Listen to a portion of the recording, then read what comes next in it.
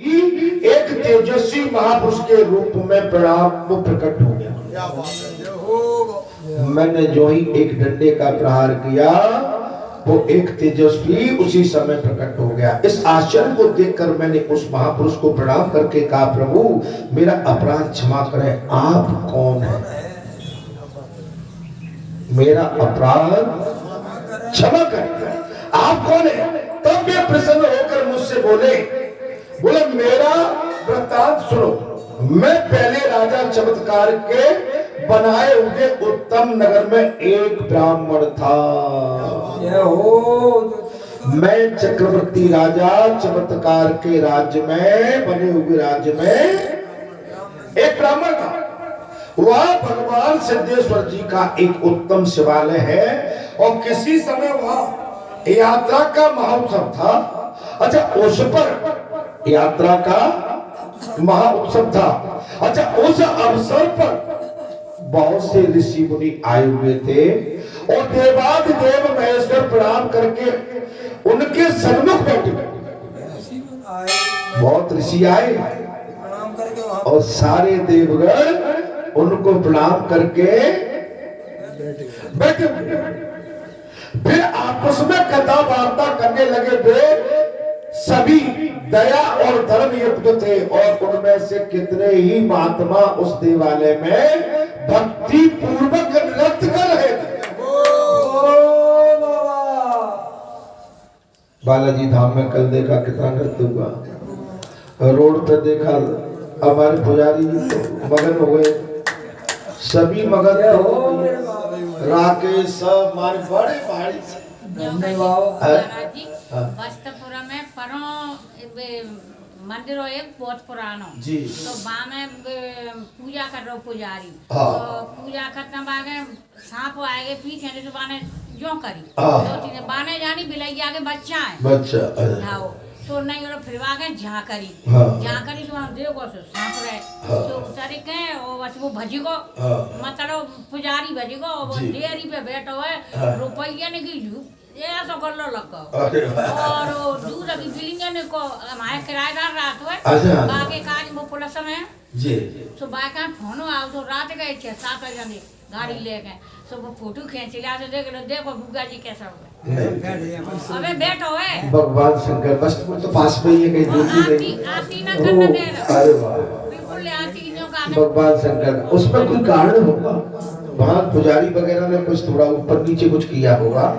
अब मैं आक्षेप तो नहीं लगाता हूँ खैर किसी पे, लेकिन ये शक्ति जब भी प्रकट होती है जब कोई कुछ गलत काम कर बैठे। आप जो बालाजी धाम है, अब बालाजी धाम में भी यहाँ भी सर्प घुमा था महाराज। यहाँ तो गद्दी पर बैठे रहे महाराज, ये सब भगदड़ मच गए थे है ना।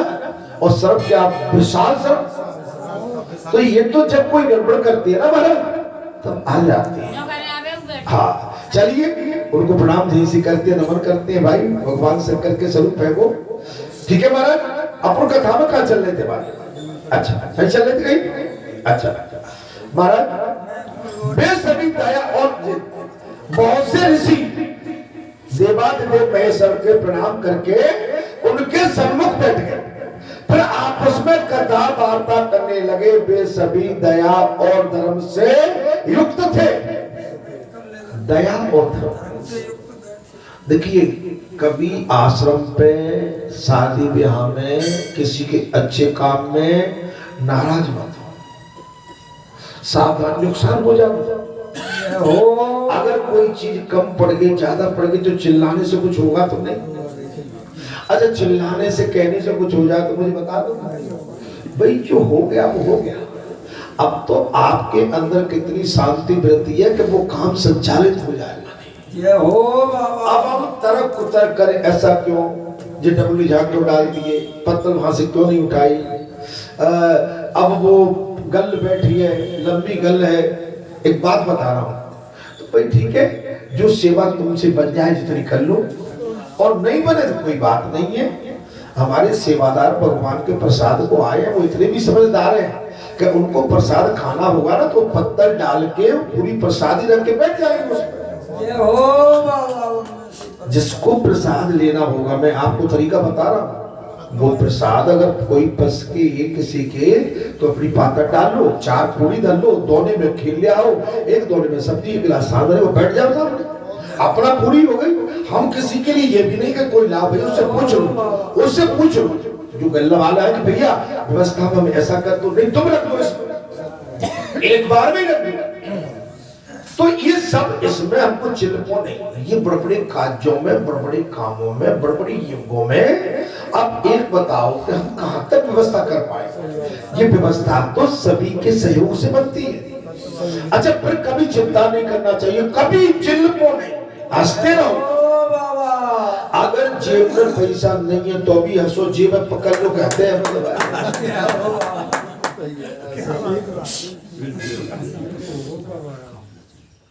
अब आपके मर गए भाई घबरा जाएगा, अब होता क्या तुम्हारा तो बीपी बढ़ेगा, ब्लड प्रेशर हो जाएगा, तुम्हारा वैसे ही तुम्हारा गड़बड़ हो जाएगा। वहां सबसे धैर्य का काम है। हम जितना धैर्य रखेंगे उतना हमें आनंद आएगा, और हमने धैर्य खोया तो हमारी व्यवस्था भी बिगड़ जाएगी। हम अनाकानी करेंगे, इस पे चिल्लाएंगे, उस पे चिल्लाएंगे, तो बेचारे जो कार्यकर्ता तो इनमें भी भगदड़ मच जाएगा कि तो पागल हो गया। व्यवस्था भंग हो जाएगी। उनको सांत्वना दो, समझाए कि भाई नहीं काम। तो इसमें कोई बैठे हुए तुम्हारे कैसे बैठे हुए हैं वो लोग, कहते कि सभी में दया और धर्म से युक्त है। जी कौन कर पाएगा ऐसे काम को? जिसके अंदर दया और धर्म धैर्य, और उनमें से किसी ने ही माने कितने ही महात्मा उस देवालय में भक्ति पूर्वक नृत्य करते थे। इस प्रकार जब वहां महान उत्सव हो रहा था उस समय में बहुत से वयस्क युवकों के साथ उस स्थान पर गए। उसी समय में कुछ लड़के बच्चों के साथ उस स्थान पर गए। मेरे दुष्ट साथियों ने उस उत्सव में बिगड़ डालने के लिए मुझे बार बार प्रेरित किया।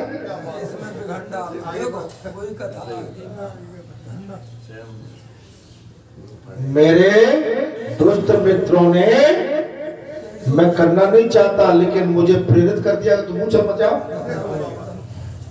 तब मैं एक भयंकर आकार वाले विशाल जल सर्प को लेकर आगे बढ़ा और उस महान जन समुदाय में उसे फेंक दिया। ऋषियों के बीच फेंक दिया, नृत्य हो रहा था, संत बैठे थे और मैंने उस मृत सांप को उस बीच में फेंक दिया। सर्प को देखकर मृत्यु के भय से व्याकुल हो सब लोग भाग छूटे और वही सुमन नाम से एक तपस्वी थे। देखिए बात वही आ गई जो हमने पहले कही,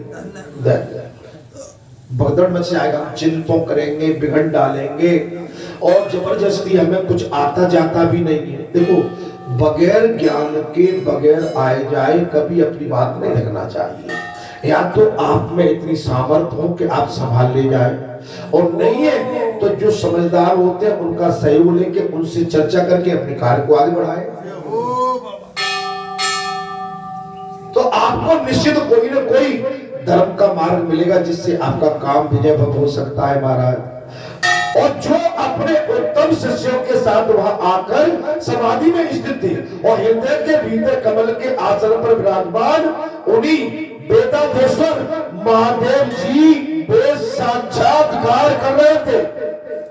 समाधि में भी बैठे वहां भगवान शंकर का साक्षात्कार कर रहे, समाधि में बैठे हुए महाराज। ऋषि सर्वव्यापी, अविनाशी, सर्वज्ञ, अनंत, अमेध्य और जरा मृत्यु से रहित बताए जाते तपस्वी के सब अंगों में रोमांच हो रहा था। वो दर्शन कर रहे उस टाइम, दर्शन कर रहे भगवान के भीतर उन्हें वो सर्प डाला गया, उसका कोई ख्याल नहीं है। ठीक है, उनके नेत्रों से आनंद आंसुओं की अजस्र धारा प्रभावित होकर उन्हें भिगो रही थी।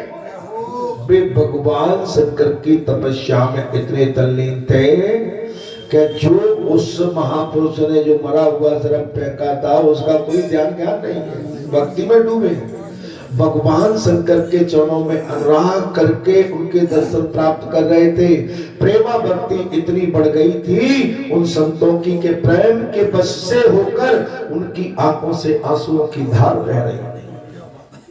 इस प्रकार समाधि स्थिति में होकर अविचल भाव में बैठे हुए उन महात्माओं के शरीर को उस सर्प ने अपने देह से लपेट लिया। तपस्या के बल से उस सर्प ने सबको लपेटा। इसी समय उनका एक शिष्य आ गया जो बड़ा तपस्वी था और उसका नाम श्रीवर्धन था।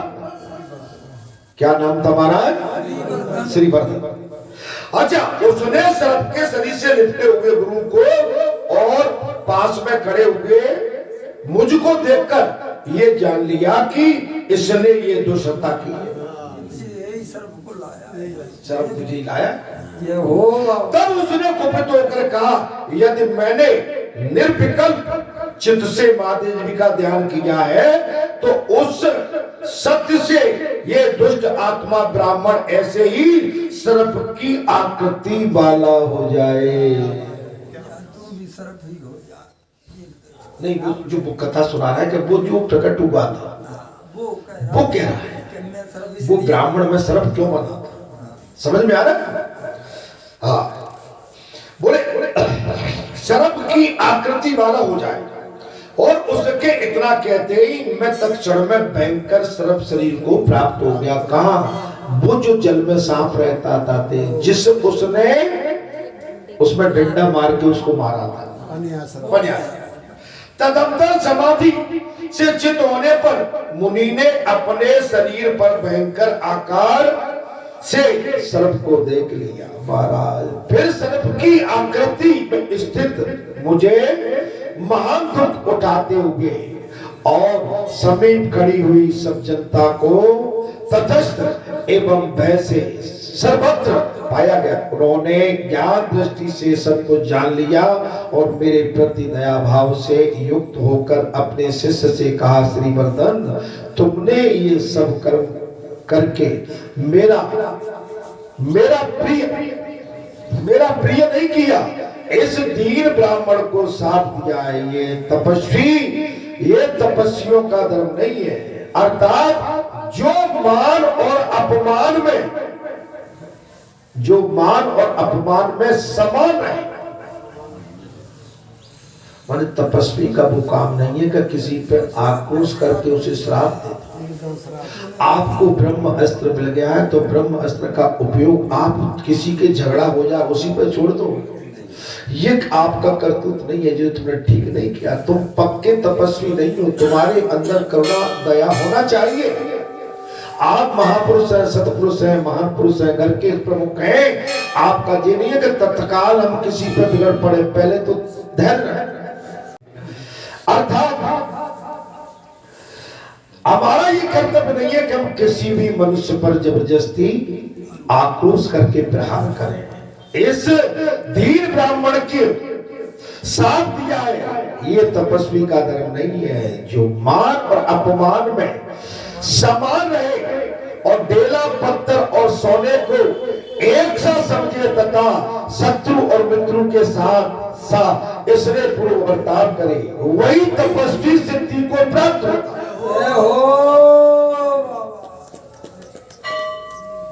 सबके साथ एक समान। कैसा महाराज? एक समान। आप जब सिद्धि आप क्रोध करेंगे, क्लेश करेंगे, इसको डराएंगे, उनको डराएंगे, जी मेरा है, वो उसका है, जी हमारे गोत्र का है, वो दूसरे गोत्र का है, जी जगहों का है, वो गांव का है, वो तो जट जाति का है, तो फिर आपकी सिद्धि नहीं मिलने वाली। धन्यवाद। आप सवाल जी अगर मन में तुमने लाया कि भाई तो हमारे नहीं, वो तो बरठा गांव का है, हमें क्या लेना देना नहीं। बोले अमुक को तो गुठीना का हमारे समय, हमारे क्षेत्र के समय जब ये धर्म का स्थान है तो जहाँ किसी एक की गिनती नहीं है, जहाँ सबकी गिनती है और समानता से गिनती है। जहाँ कौन किस कुल का बैठा है, कौन किस स्थान से आया है, उससे कोई लेना देना। ये हो जे मेरे घर की माता बैठी है, जो अमुक घर की माता बैठी है, इनको पहले उनको जो हमारे घर की आई इनको गर्म चाय पिला दो, बैठी है उनको रख के नहीं, यहाँ समानता। आप हम क्यों बैठे हैं यहाँ? अरे भाई अगर मेरे या तो आप मेरे निजी नातेदार में, जब मैं एक उदाहरण दे रहा हूँ, या मैं आपका निजी नातेदार होता तो क्या बैठ पाते क्या? भाई यहाँ तो हमारे धर्म का नाता है, भक्ति का नाता है, हमारे इष्ट का नाता है, या हम समानता का बुहार रखते हैं। इसमें जाति धर्म गोत्र कुल की कोई बात नहीं है, इसमें किसी भी तरह का राग देश नहीं है। ये तो हमारी यही महापुरुषों की महत्वता। और साहब कह दिया महाराज कि मिट्टी और सोने को जो एक भाव तो नहीं, महाराज मिट्टी को एक समान समझे, तब जाके ना कहाँ चल रहा था, एक ही था राकेश इधर साइड में शत्रु मित्र को एक भाव से देख।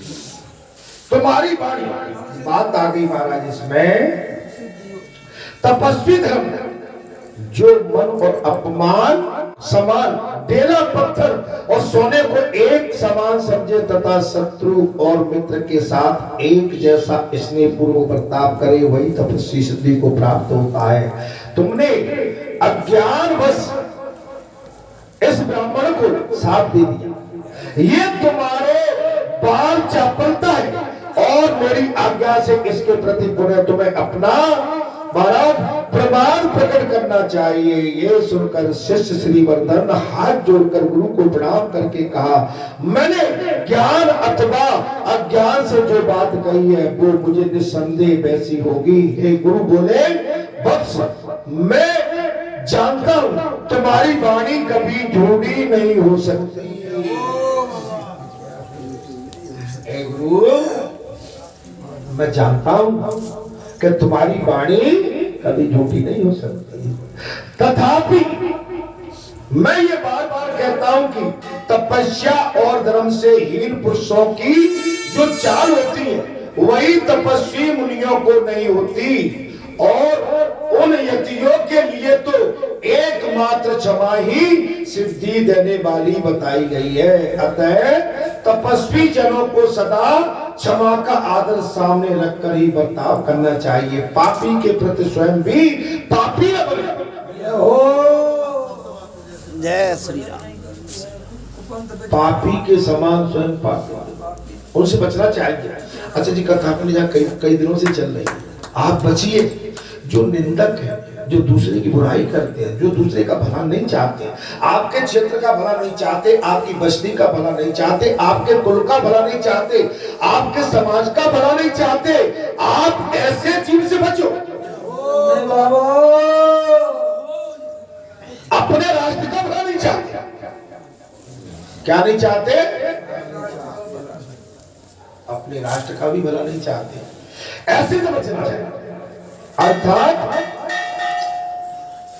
जो पाप आत्मा पाप करता है वो स्वयं ही नष्ट हो जाता है, वो उत्तम ज्ञान से रहित होकर, क्योंकि वो जले को ही जलाता है और मरे हुए को ही मारता है। वो तो पापी है, ये उसके अपने की खराब व्यवहार करो। जले को जलाए और मरे को ही मारे।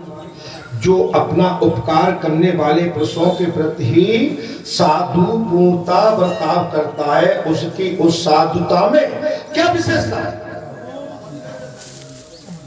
वो भी अच्छा मंदिर पे और मंदिर पे सबसे लड़े झगड़े, पूजा भी करें और लड़े भी, उधर भी बचाएं, तो आपकी साधना अच्छी हो सकती है। अच्छा मंदिर पे बैठ के हम तो माने तर्क और कुतर्क भी डालें, शांति प्रदान न करें। यहाँ पर लोग शांति प्राप्त करने के लिए आते हैं, आशीर्वाद लेने आते हैं। यहाँ पर किंतु परंतु के लिए नहीं आते, आशीर्वाद के लिए आते हैं। आपके दर्शन करने से, महाराज जी के दर्शन करने से, भक्तों के पंचों के दर्शन करने से उनको शांति प्रदान होती है। मालूम पड़ा कि महाराज जी हल्ला मचा रहे हैं। धन्यवाद तुम्हारी। तो उनको सीख क्या मिली? या भगवान भी विचलित हो जाएंगे, बोले नहीं नहीं भाई ये तो गलत हो रहा है। महाराज जो अपना उपकार करने वाले पुरुषों के प्रति ही साधु पूर्ण बर्ताव करता है, उसकी उस साधुता में क्या विशेषता है? जो अपनी बुराई करने वाले के प्रति भी साधु भाव रखता हो।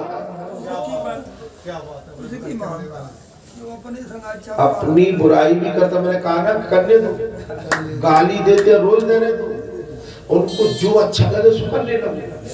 और मैं एक बात बताता हूँ कि हमारी सफाई से कोई हमारी बात को भी नहीं मानेगा। अच्छा हम रोज कहाँ तक समझाएं और किस किस को समझाएं और कैसे समझाएं? आप महाराज समझ सकते हो, हम रोज समझाएं, किस किस को समझाएं, कैसे समझाएं? मैंने कई बार कहा था, मैं आज एक बहुत बड़ी बात कह रहा हूँ। जो अपन ने मंदिर के लिए जो कुछ अपन ने बाद में जो बुराई की ना, अपने धर्म के लिए ली थी जी, तो बहुत पहले हो सकता था, लेकिन हम ये समझते थे यहाँ पर कि भाई गांव गले की बात है, लोग हल्ला मचाएंगे, बुरा भला बोलेंगे, आखिर में फिर बुराई लेना ही पड़ेगी।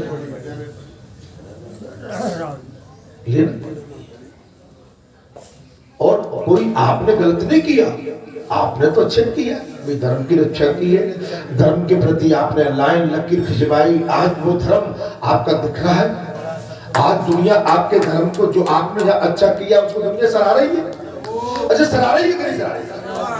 अब आपने अगर ये उस समय और पहले किया होता, जब यज्ञ हुआ था, तो कोई हल्ला बल्ला भी नहीं बचता। महाराज अपने शिष्य से ऐसा कहकर गुरु जी ने परम दया युक्त होकर मुझसे कहा, गुरु है, मैं हमेशा कहता हूं कि चिल्ल क्यों नहीं, शांति घर के अंदर भी देखिए, जो बिगड़ गया, जो नुकसान हो गया, जो होना तब हो गया। जब एक बात बताते हैं, ये तो संसारी नुकसान है, अगर जनहानि भी हो जाती है तो अब हम उसको वापस तो नहीं ला सकते ना है? अच्छा धनहानि जनहानि ये तो जीवन का, इस संसार का स्वभाव। सर्प मेरे शिष्य की बात मुझे झूठी नहीं हो सकती, मेरे शिष्य की बात कभी झूठी नहीं हो सकती। अतः अब तुम कुछ काल तक सर्प के शरीर में स्थिर रहकर अपने उद्धार की प्रतीक्षा कर। उद्धार का उपाय भी बता। भाई देखिए, श्राप तो दे दिया, अब एक काम करो, तुम अपने उद्धार के लिए कुछ समय की प्रतीक्षा करो। तब मैंने पूछा, मुनि श्रेष्ठ मेरा शाप कब निवृत्त होगा? वो सर्प जो ब्राह्मण बन गया था ना, महापुरुष को बता रहा था, मेरा निवृत्त कब होगा? उन्होंने उत्तर दिया, जो शिवालय में एक क्षण भी संगीत आदि का आयोजन करता है और उसके धर्म की संख्या नहीं बताई जा सकती है, इसी प्रकार जो उस महाउत्सव में बिगड़ डालता है उसके पाप को भी कोई गणना नहीं कर सकता।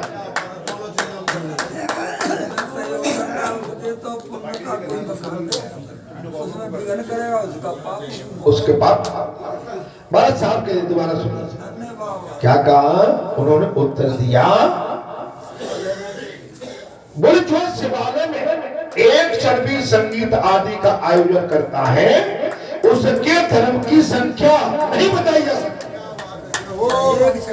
आपने जहाँ जो कर रहे हैं इतने दिनों से, आपका धर्म कितना बड़ा इकट्ठा हो गया पता नहीं है। हम गाथा दुनिया की गाते हैं, आपका धर्म का धन कितना गुना बढ़ गया है, आपको ज्ञान नहीं है। लेकिन इस पे आप अभिमान मत कर बैठना कि हमने तो बहुत धर्म कमा लिया, क्योंकि धर्म जैसे बढ़ता है और एक कोई ऐसी भूल से कोई धर्म खत्म हो जाता है।